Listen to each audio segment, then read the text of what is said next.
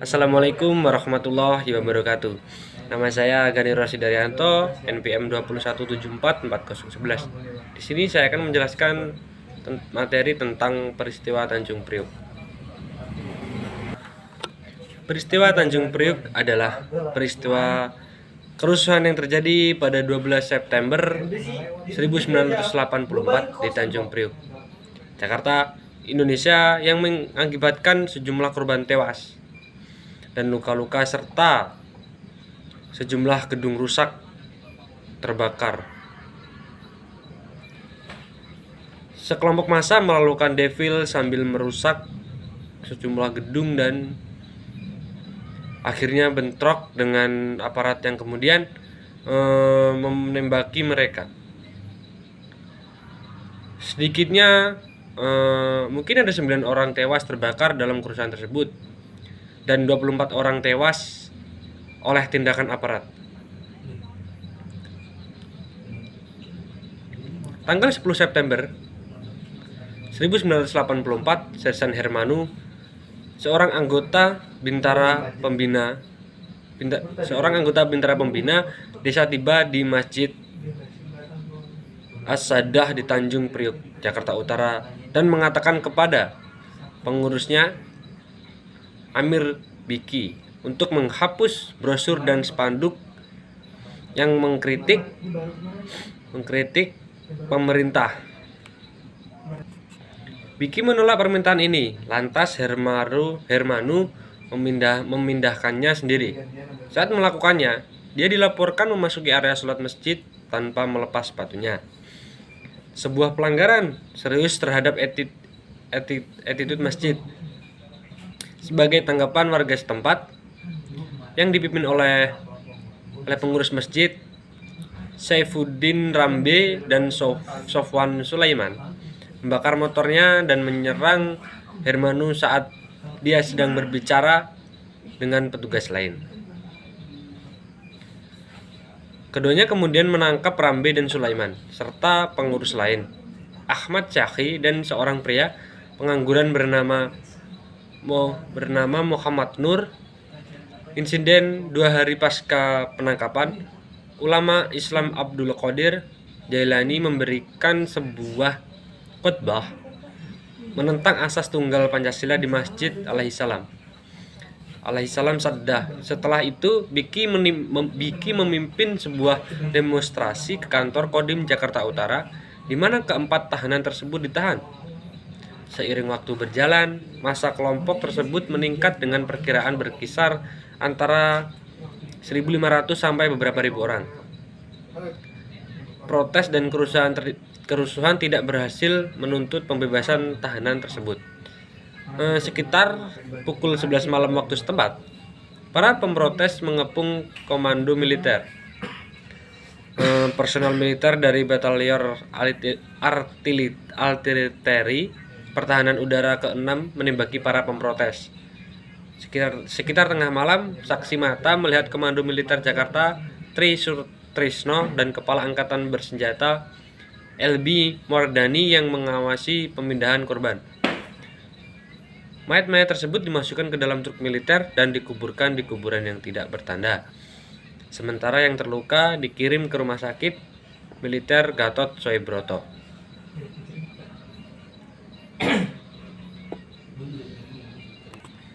Akibat setelah kerusuhan tersebut, militer melaporkan bahwa mereka dipicu oleh seorang pria berpakaian militer palsu yang membagikan selebaran anti pemerintah bersama dengan 12 komplotannya.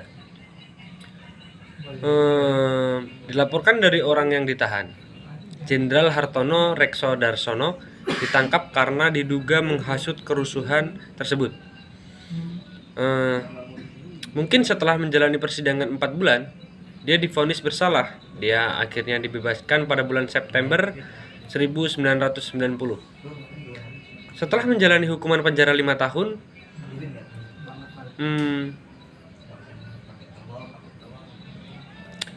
setelah kerusuhan tersebut, setidaknya 169 warga sipil ditahan tanpa surat perintah dan beberapa dilaporkan disiksa.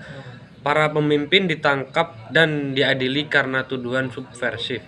Kemudian diberi hukuman panjang. Yang lainnya termasuk Amir Beki, termasuk di antara mereka yang terbunuh.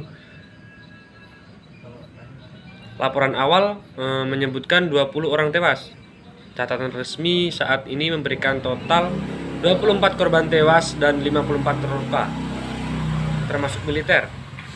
Sementara korban selamat melaporkan lebih dari 100 orang tewas. Masyarakat Tanjung Priok memperkirakan total 400 orang terbunuh atau hilang, sementara laporan lainnya menyarankan hingga 700 korban. Investigasi gencarnya gerakan hak asasi manusia pasca lengsernya Soeharto pada tahun 1998, beberapa kelompok dibentuk untuk mengadvokasi hak-hak korban, termasuk Yayasan 12 September 1984. Solidaritas Nasional untuk Peristiwa Tanjung Priok 1984 dan Keluarga Besar untuk Korban Insiden Tanjung Priok didirikan oleh Janda Biki Dewi, Wardah, dan Putra Beni.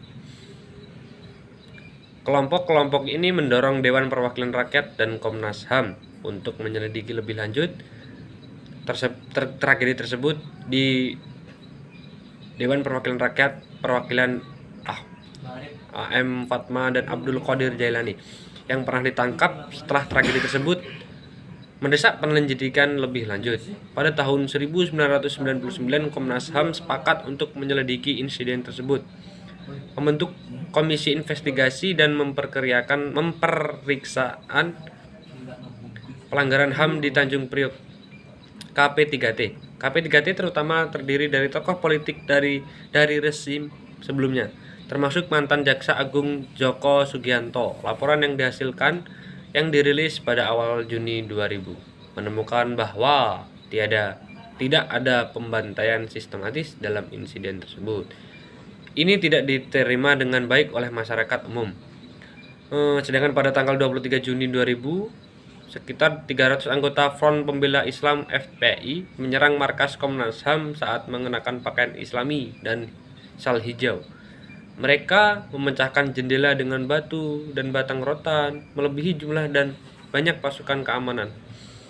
FPI marah atas laporan tersebut dan beranggapan telah terjadi praktik kolusi dengan militer dengan alasan bahwa tindakan tersebut diabaikan oleh militer dan bersikeras agar Komnas HAM dihapuskan. Sementara itu, Menteri Hukum dan Hak Asasi Manusia Yusril Iza Mahendra menulis bahwa Komnas HAM telah menerapkan standar ganda saat menyelidiki masalah tersebut. Dia mengatakan bahwa mereka tampak lebih enggan untuk menyelidiki insiden Tanjung Priok dan lebih memilih menyelidiki krisis Timur Leste tahun 1999. Pemimpin Partai Bulan Bintang Ahmad Sumargono menyebut keputusan tersebut mengecewakan kaum muslim di mana-mana. Pada bulan Oktober 2000 tahun 2000, Komnas HAM mengeluarkan laporan lain yang menunjukkan bahwa 23 orang termasuk Sutrisno dan Moerdani harus diselidiki atas keterlibatan mereka. Ia memiliki pengadilan ad hoc untuk menyelidiki masalah ini lebih lanjut. Presiden Abdurrahman Wahid juga meminta penyelidikan lebih lanjut pada pengadilan yang akan datang. Beberapa pejabat militer membuat surat pengampunan isalah dengan keluarga korban. Meski islah tidak mengandung pengakuan bersalah, korban menerima kompensasi sejumlah 1,5 sampai 2 juta. Islah pertama meliputi 86 keluarga seperti yang diwakilkan oleh Rambe. Sedangkan untuk keluarga Biki terjadi pada islah kedua pada tanggal 1 Maret 2001.